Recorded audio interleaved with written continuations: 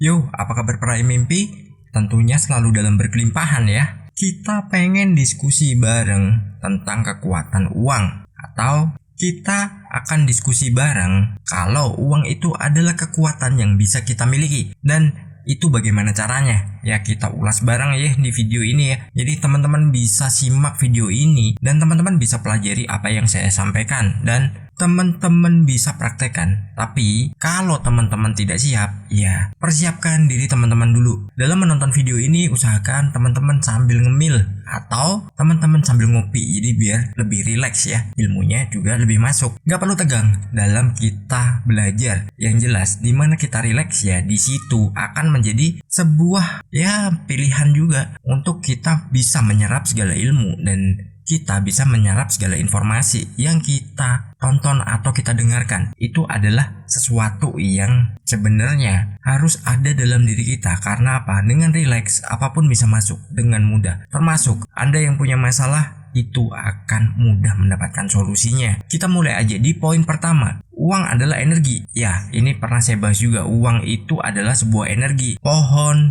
bangunan, mungkin kendaraan, atau apapun yang ada di dunia ini adalah energi. Kenapa? Kita juga energi, uang energi. Kita berbentuk, uang juga berbentuk. Tapi setiap energi itu ada energi yang memang dia tidak bisa dilihat dengan mata. Itu bisa dinamakan dengan yang namanya frekuensi atau gelombang. Nah, itu kita bahas nanti ya. Terus misalkan nih, kita itu memikirkan sesuatu. Kalau kita misalkan punya alatnya, kita akan tahu pola kerja pikiran kita ini bagaimana. Di situ ada gelombangnya. Kita masuk dalam posisi apa, itu kita bisa tahu. Tapi kita kesampingkan itu dulu karena itu butuh alat dan biaya yang mahal kalau kita ingin melihatnya. Yang terpenting adalah bagaimana vibrasi kita itu selaras dengan visual kita. Kita membayangkan nih nilai uang tertentu, maka perasaan kita juga harus merasakan kita sudah memilikinya dan kita sudah mendapatkannya. Ketika kita hanya berpikir segala sesuatunya itu biasa-biasa aja, ya sudah, itu tidak akan menjadi sebuah input. Input di sini sendiri gini.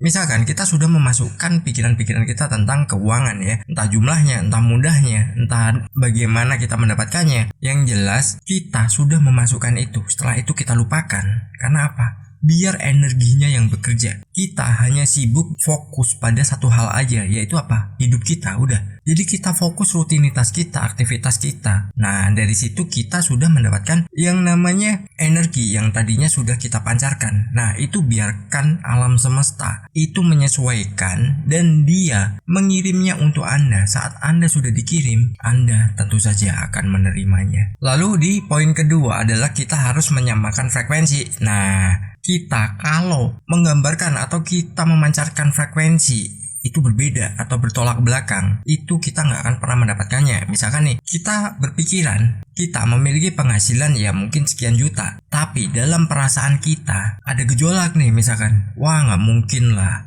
atau wah emang iya bisa aku dapetin, wah nggak mungkin lah kalau begini. Nah, itu otomatis apa yang kita inginkan, apa yang sudah kita request dari pikiran kita, itu akan ditolak. Ditolaknya kenapa? Ya vibrasi kita aja menolak. Saat vibrasi ini sudah menolak, yang dimenangkan adalah vibrasinya. Saat vibrasi ini dia bisa kompak juga, kita bisa mengaturnya.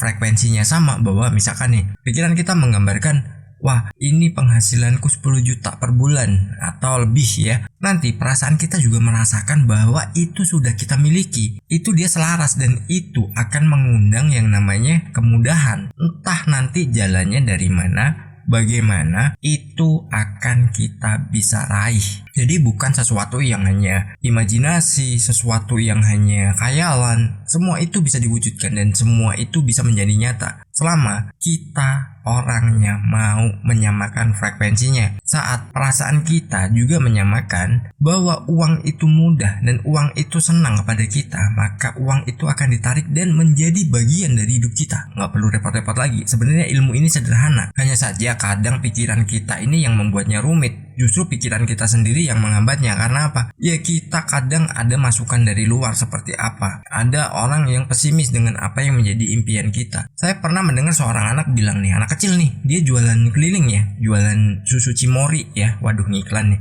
Dia punya prinsip adalah rubahlah hidupmu sebelum hidupmu merubahmu. Itu kita harus tanamkan. Karena apa? Kita harus menjadi orang yang bisa menggambarkan bagaimana kehidupan kita di masa depan. Jadi nggak perlu jauh-jauh. Kalau perlu kita bikin rancangan nih, 10 tahun ke depan kita bagaimana, 15 tahun ke depan bagaimana. Setelah itu sudah dicapai, kita bisa menggambarkan lagi untuk 10 tahun ke depan lagi. Nah, itu adalah sebuah grand design namanya ya. Mungkin suatu saat kita bahas juga ya grand design. Nah, grand design hidup kita ini bagaimana. Terus kita nanti ingin memiliki apa saja. Nah, itu kita harus punya grand design-nya. Tanpa kita memiliki grand design, ya sudah, kita hanya jadi orang yang tidak punya masa depan. Dalam artian kita tidak merancangnya. Jadi nggak tahu nanti ke depannya seperti apa. Ya udah jalani aja. Mungkin kan seperti itu. Kita lanjut ya. Di poin ketiga, setelah kita melakukan poin pertama dan kedua tadi dengan cara yang benar, dalam artian gini, cara yang benar adalah kita selaraskan dan kita fokus pada apa yang kita mau. Nah, saat kita sudah fokus pada semua itu,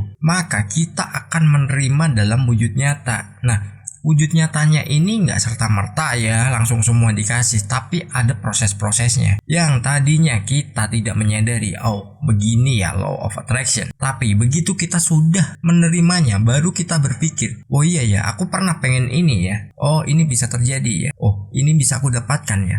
Nah, segala sesuatu yang kita terima, entah itu hal apapun ya, bukan dari sebuah kebetulan. Semua itu adalah sesuatu yang sudah kita pancarkan. Sering banget saya bilang, sesuatu itu dari apa yang kita pikirkan dan apa yang sudah kita lakukan dalam hidup kita sendiri. Jadi misalkan nih, kita mendapatkan sesuatu, terus kitanya berpikiran, loh aku kan gak minta ini, mintaku yang ini. Tapi coba diingat, kita pernah memikirkan hal yang itu sebenarnya berlawanan, atau kita merasakan hal itu adalah sesuatu yang berlawanan saat kita melakukan afirmasi. Ya, itu yang diterima. Karena apa?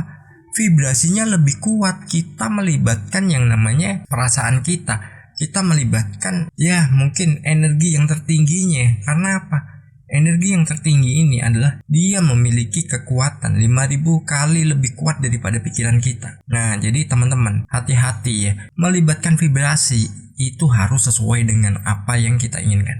Jangan sesuatu yang kita takutkan. Nah, dari situ kita akan mendapatkan apa yang ingin kita raih. Meskipun prosesnya itu mungkin ya kita bisa dapat waktu yang lama, bisa juga singkat, bisa juga dalam sekejap. Dalam artian sekejap kita baru memikirkan besok sudah terjadi. Itu bisa, tergantung momentumnya kapan. Kalau kita sudah pas dalam mengambil momentumnya, ya sudah, semua itu akan menjadi nyata dengan cepat. Jangan lupa raih mimpimu. Bye bye.